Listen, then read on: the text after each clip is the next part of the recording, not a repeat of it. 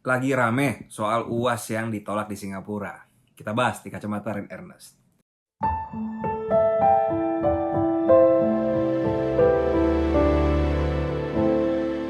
Baru-baru ini Ustadz Abdul Somad atau akrab dipanggil UAS menjadi sorotan setelah mengaku dideportasi dari Singapura di Selasa kemarin.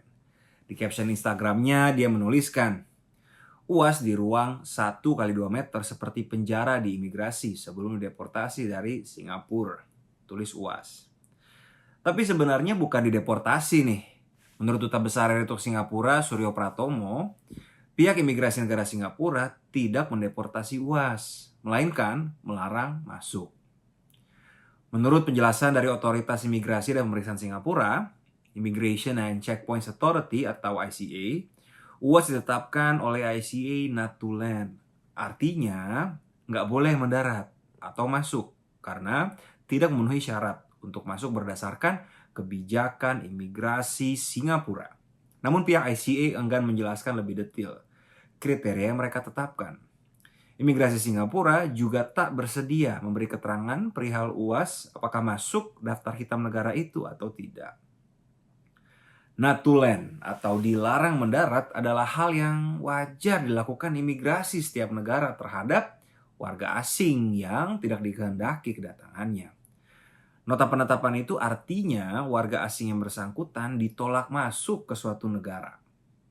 Sebenarnya, ini bukan pertama kalinya UAS mengalami insiden yang tidak mengenakan di luar negeri.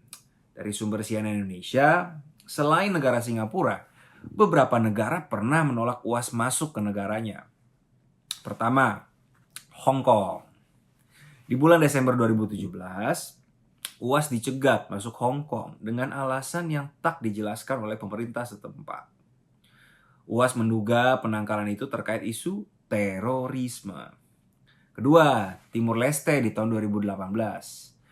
UAS berniat mengisi dakwah di Timur Leste. Namun saat tiba di bandara, petugas imigrasi menjegalnya karena diduga terkait terorisme. Menurut UAS, imigrasi Timur Leste melarangnya setelah mendapat fax dari Jakarta sejam setelah dia mendarat di Bandara Timur Leste. Ketiga, Belanda, Swiss. UAS ditolak masuk Belanda saat ia hendak mencoba masuk melalui Swiss. Petugas imigrasi Swiss tidak memperkenankan UAS masuk dengan alasan UAS tidak memiliki akses masuk wilayah Eropa.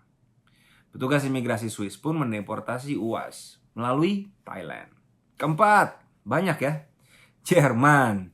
Di tahun yang sama, UAS juga ditolak masuk Jerman pada Oktober 2019. Saat itu, UAS menghadapi permasalahan terkait dokumen.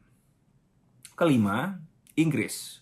UAS juga pernah bermasalah terkait dokumen saat akan mengunjungi Inggris di tahun 2020. Dia bahkan tidak diizinkan menaiki pesawat Royal Brunei.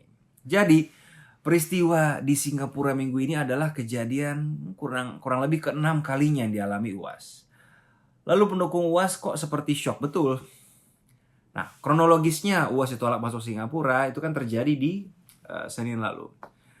Pendakwa dari Indonesia ini beserta 6 rekan perjalanan yang ditolak masuk ke Singapura. Saya mengutip rilis Kementerian Dalam Negeri Singapura, Ministry of Home Affairs atau MHA. Alasannya adalah UAS telah dikenal menyebarkan ajaran ekstremis dan segregasi yang tidak dapat diterima di masyarakat multiras dan multi agama seperti Singapura. Menurut penuturan MHA, ekstremisme dan segregasi terlihat dari isi khutbah yang dilakukan oleh UAS. UAS menurutnya telah berkhotbah bahwa bom bunuh diri adalah operasi syahid yang sah dalam konteks konflik Israel-Palestina.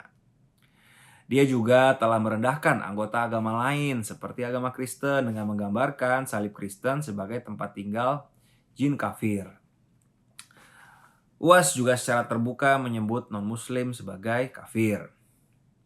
Nah, ada yang menarik. Ada yang disampaikan di akhir rilis MHA dan saya sepakat. Kata MHA, masuknya pengunjung ke Singapura tidaklah otomatis atau merupakan hak. Tiap kedatangan pasti diperiksa.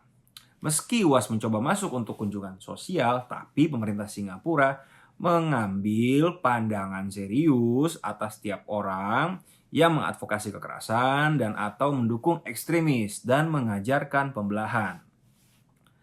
Selain UAS, ada beberapa pendakwa yang ditolak Singapura dengan alasan hampir sama. Ada Ismail Meng, pencemar ramah dari Zimbabwe. Mengutip juga nih dari situs MHA, si Meng dinilai kerap berceramah yang menimbulkan segregasi dan memecah belah umat beragama. Contohnya si Meng ini berkhotbah bahwa adalah dosa dan kejahatan terbesar bagi seorang muslim untuk mengucapkan selamat Natal atau selamat Hari Raya Diwali kepada teman-teman non-muslim. Singkatnya, umat Islam tidak diperbolehkan mendoakan kebahagiaan orang lain selama festival keagamaan mereka. Otoritas Singapura kemudian menolak aplikasi Visa Work Pass dari Ismail Meng pada 30 Oktober 2017 untuk berceramah di Singapura. Lalu ada juga Haslin bin Baharim. Pelarangannya juga dimuat di situs MHA Singapura. Ia dianggap mempromosikan ketidakharmonisan antara umat beragama. Haslin bin Baharim telah menyatakan pandangan yang mempromosikan ketidakharmonisan antara muslim dan non-muslim yang ia gambarkan sebagai suatu hal yang menyimpang. Waduh. Memang kerap kali muncul pemberitaan terkait khotbah-khotbah UAS yang kontroversial, misalnya terkait penghinaan simbol agama lain, yaitu patung dan salib. Bahkan saat itu DPP Gerakan Angkatan Muda Kristen Indonesia atau GAMKI menilai isi ceramah UAS meresahkan umat Protestan dan Katolik di berbagai daerah. Selain diduga menghina kepercayaan umat agama lain, GAMKI menilai ucapan UAS menjadi bibit tumbuhnya sikap radikalisme dan kebencian terhadap orang yang berbeda agama dan kepercayaan. Kita sekarang bicara Singapura. Singapura adalah negara yang menjaga stabilitas politik. Sudah sejak lama negara ini punya aturan bahwa pemuka agama tidak bisa masuk ranah politik. Agar jelas posisinya. Apakah pernyataan ini dalam rangka membina umat atau menggoyang pendulum politik? Ini kebijakan tepat menurut saya yang membuat kita di Indonesia sangat jarang mendengar Singapura ada gempar politik berbalur agama yang sering terjadi di Indonesia dan berpuncak di Pilkada 2017 Jakarta lalu. Jadi yang dilakukan negara tetangga kita, Singapura, menurut saya adalah semata-mata menjaga stabilitas politik negaranya. Dan di mana salahnya? Apalagi yang ditolak masuk ini sudah 5 kali sebelumnya bermasalah untuk bisa masuk negara lain. Mari kita lihat dengan jernih persoalannya. Dan langkah Singapura ini fokus kepada aksi dan tindakan orang. Pemuka dari agama Kristen pun pernah dilarang masuk Singapura pada tahun 2017 karena mereka berpotensi meresahkan. Dan dari suatu berita, langkah Singapura ini juga diapresiasi kok oleh Brigjen Ahmad Nur Wahid dari BNPT yang mengatakan bahwa ini adalah pelajaran penting bagi Indonesia untuk mengambil langkah-langkah dari atas untuk melarang pandangan radikal, pemahaman dan ideologi yang bisa membawa pada aksi teror dan kekerasan. Singapura bertindak tegas. Mungkin pemerintah kita harus lebih bisa menyamai ketegasan tetangga kita satu ini. Biar Indonesia makin adem dan damai. Like dan share video ini. Sampai jumpa di Kacamata Rin Ernest berikutnya.